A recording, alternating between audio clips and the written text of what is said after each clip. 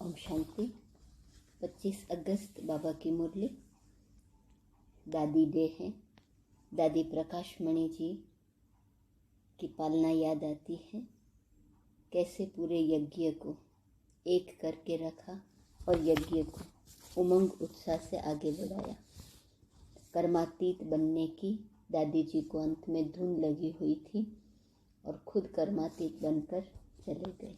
चले नहीं गए हैं, महसूस होता है दादी जी जैसे कि हमारे साथ ही हैं। सुनेंगे बाबा की मुरली। मीठे बच्चे, तुम संगम युगी ब्राह्मणों का धर्म और कर्म है ज्ञान अमृत पीना और पिलाना। तुम नरकवासी को स्वर्गवासी बनाने की सेवा करते हो।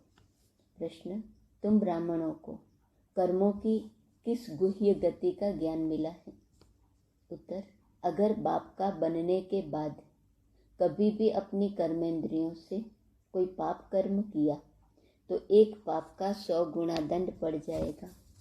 यह ज्ञान तुम ब्राह्मणों को है, इसलिए तुम कोई भी पाप कर्म नहीं कर सकते हो।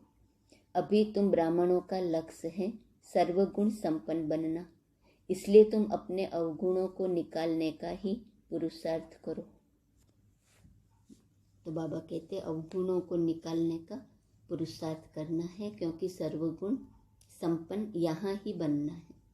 गीत है, भोलेनाथ से निराला और कोई नहीं। ओम शांति। बेहद का बाप जिसका नाम है भोलानाथ, जरूर मनुष्य से देवता बनाने वाला भी वही है। मनुष्य तो सब है आसुरी संप्रदाय, वह मनुष्य को देवता बना न सके। उनके लिए ही गाया हुआ है, मनुष्य से देवता किए करत न लागी वार। देवता रहते हैं अमरलोक में, यह है मृत्युलोक। जरूर बाप आकर मृत्युलोक में अमर कथा सुनाएंगे अमर बनाने के लिए। अब मनुष्य से देवता किए करत न लागी वार, यह किसको कहा जाए? जरूर शूद्रों को ही अडॉप्ट करता होगा ना। तो कहेंगे कि शूद्र वर्ण के मनुष्यों को ब्राह्मण वर्ण में ले आते हैं। इतने सभी बच्चे कहते हैं कि हम ब्रह्मा कुमार कुमारी हैं, ब्रह्मा की संतान हैं। प्रजापिता हैं तो उनको जरूर धर्म के बच्चे होंगे। मुख वंशावली हैं तो भी जरूर माता पिता चाहिए न। मम्मा की भी मुख वंशावली कहेंगे, बाबा की भी मुख वंशावली, तो दादे की भी मुख वंशावली ठहरी। कुख वंशावली का यहाँ नाम ही नहीं। वह कलयुगी ब्राह्मण है कुख वंशावली, और तुम ब्राह्मण हो मुख वंशावली। वह ब्राह्मण तो एक दो का हथियाला बांधते हैं विष पिलाने के लिए, और तुम अमृत पिलाने परमात्मा से हथियाला बांधते हो। कितना अंतर है। वह नरकवासी बनाने वाले और यह स्वर्गवासी बनाने वाले। ज्ञान अमृत से मनुष्य से देवता बनते हैं। हम ईश्वर की औलाद बनते हैं तो फिर मदद भी मिलती है। सगे और लगे भी हैं। लगे बच्चों को इतनी मदद नहीं मिलेगी जितनी सगे बच्चों को। बाप का लव भी सगों पर ही रहता है। सगा बच्चा नहीं होगा तो फिर भाई के बच्चों को लव करना पड़ेगा, व धर्म का बच्चा बनाना पड़ेगा।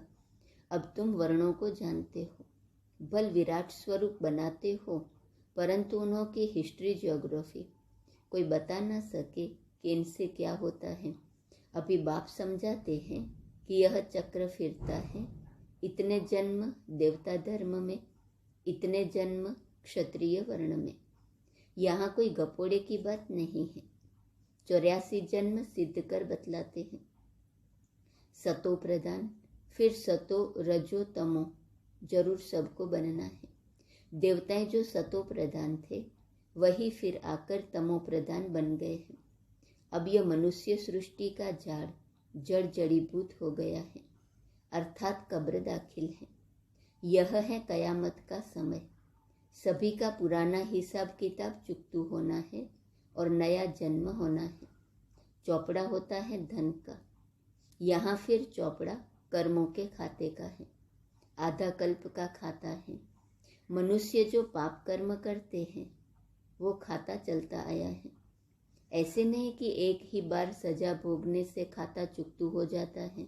नहीं, पाप आत्मा कैसे बने?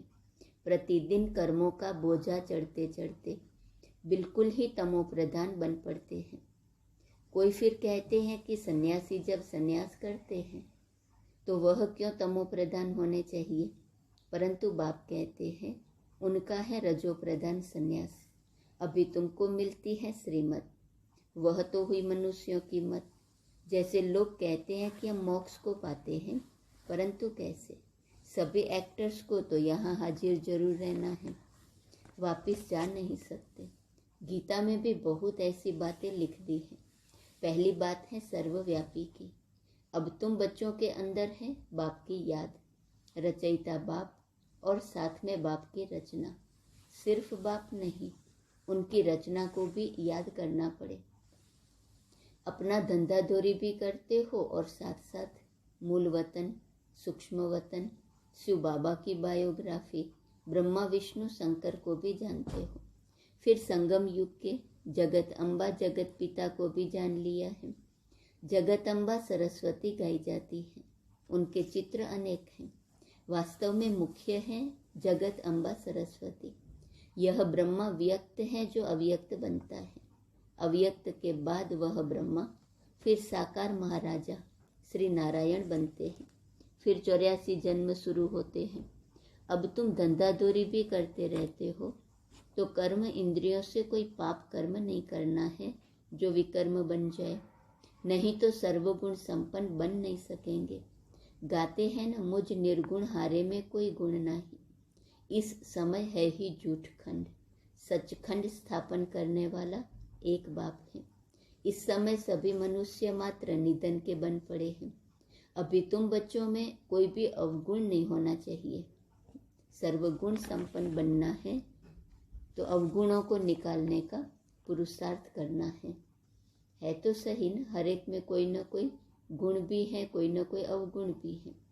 गुण ज़्यादा है, अवगुण कम है, तो अवगुणों को चेक करना है कौन सा अवगुण अब तक रहा हुआ है और उस अवगुण को निकालने के लिए पुरुषार्थ करना है। सबसे पहला अवगुण है देह अभिमान का। देही अभिमानी बनने में बहुत मेहनत है। देह अभिमान के कारण ही और सब विकार आते हैं। अहंकार है पहला नंबर शत्रु। बाप डायरेक्ट कहते हैं, लाडले बच्चे देह का अहंकार छोड़ो। मुझे तो देह है नहीं, मैं इन ऑर्गन्स द्वारा आकर बताता हूँ।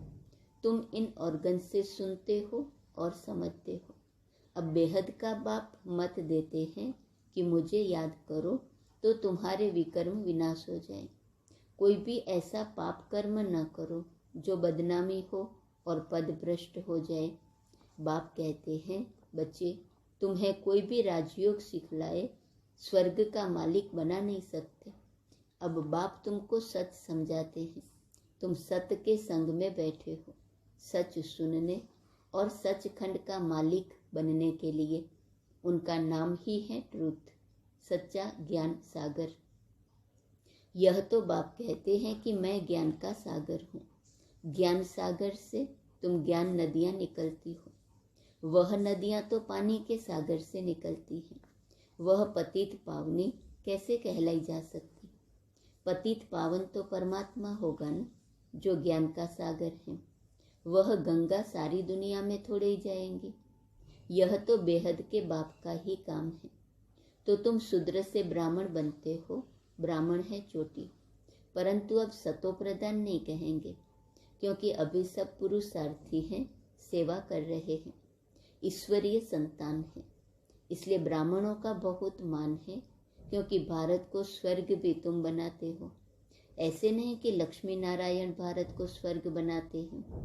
यह तो बाप बनाते हैं ब्राह्मणों द्वारा, न कि देवताओं द्वारा। पुरानी दुनिया में आकर बाप को नई सृष्टि रचनी है। बेहद के बाप ने नया मकान स्वर्ग बनाया।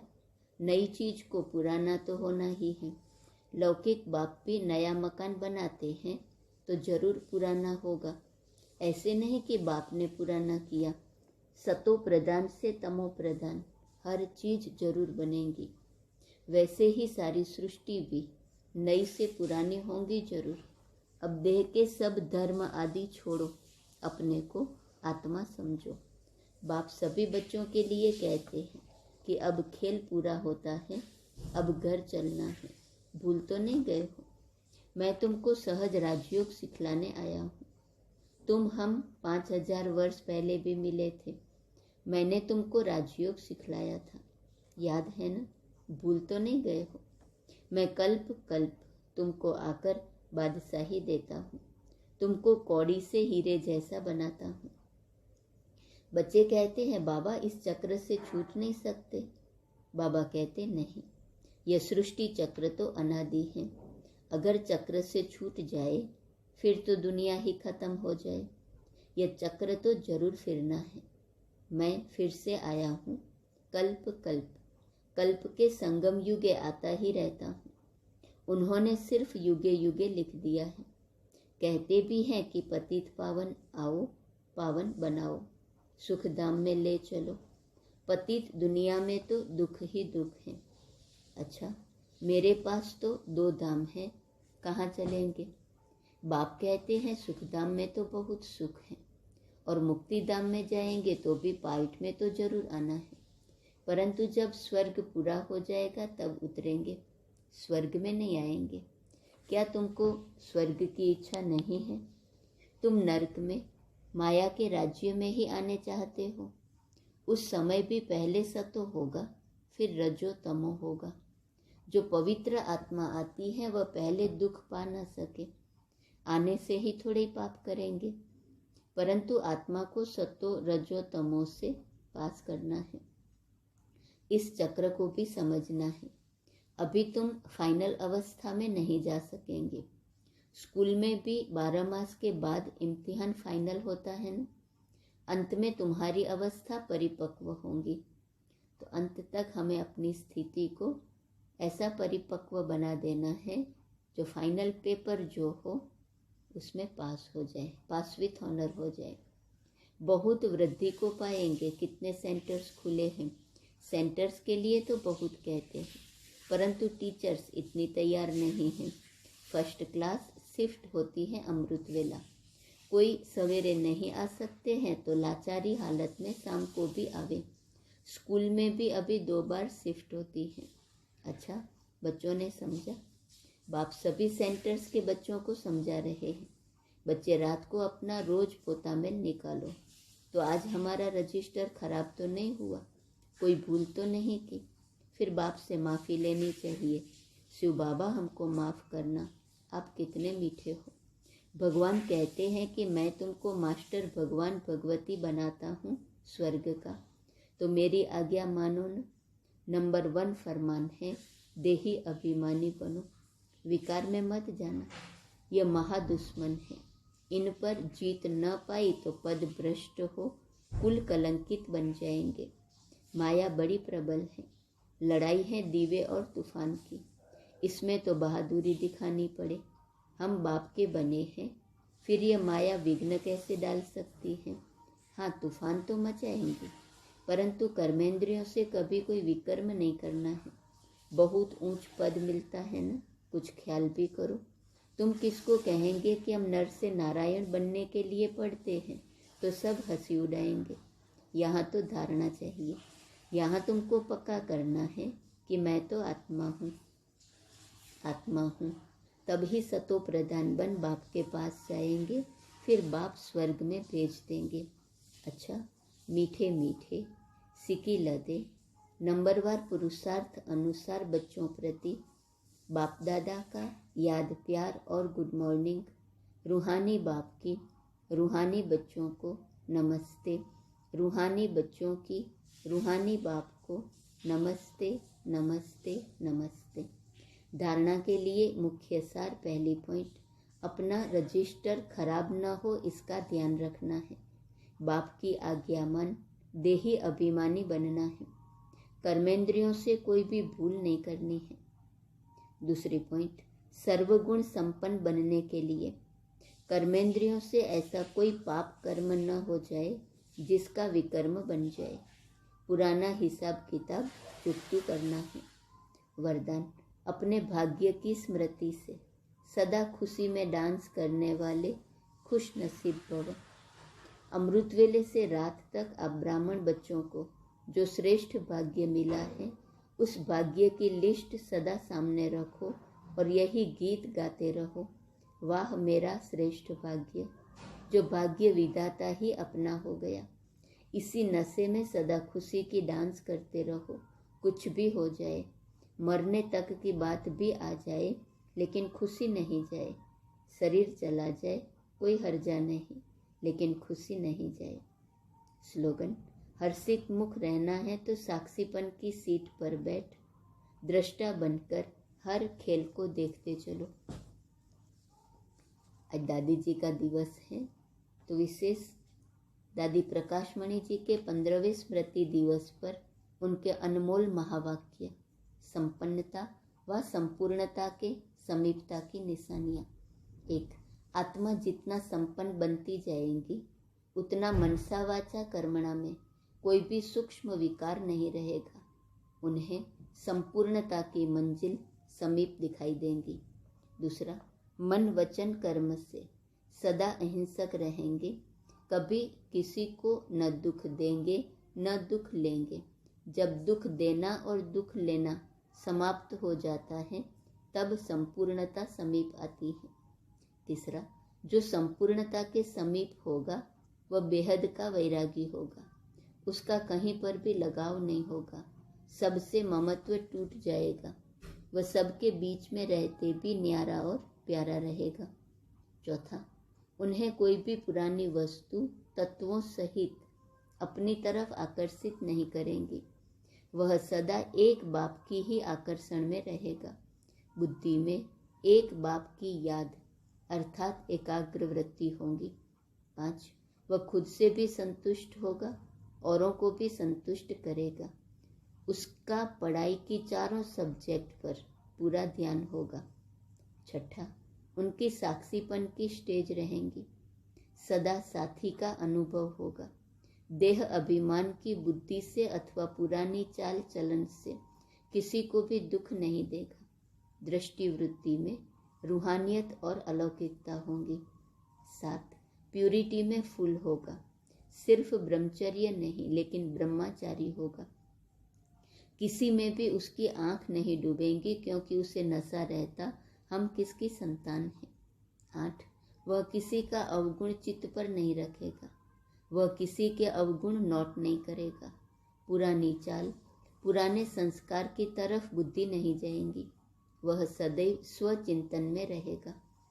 9. जैसे साकार बाबा ने सदैव अपने को वर्ल्ड सर्वेंट कहा, जितना महान उतना निर्माण होकर रहा, निराकारी निरअहंकारी, वैसे सदैव अपने को सेवाधारी समझना यह भी संपूर्णता की निशानी है। 10. वह अपने को सदैव निमित्त समझेगा। महिमा को कभी स्वीकार नहीं करेगा।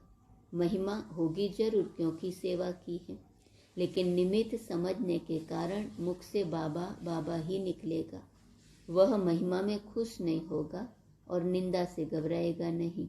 दोनों में स्थिति समान होगी। 11. वह सबका संबंध एक बाबा से ही जुड़ाएगा। उसके मुख से बाबा के प्रति स्नेह के बोल निकलेंगे।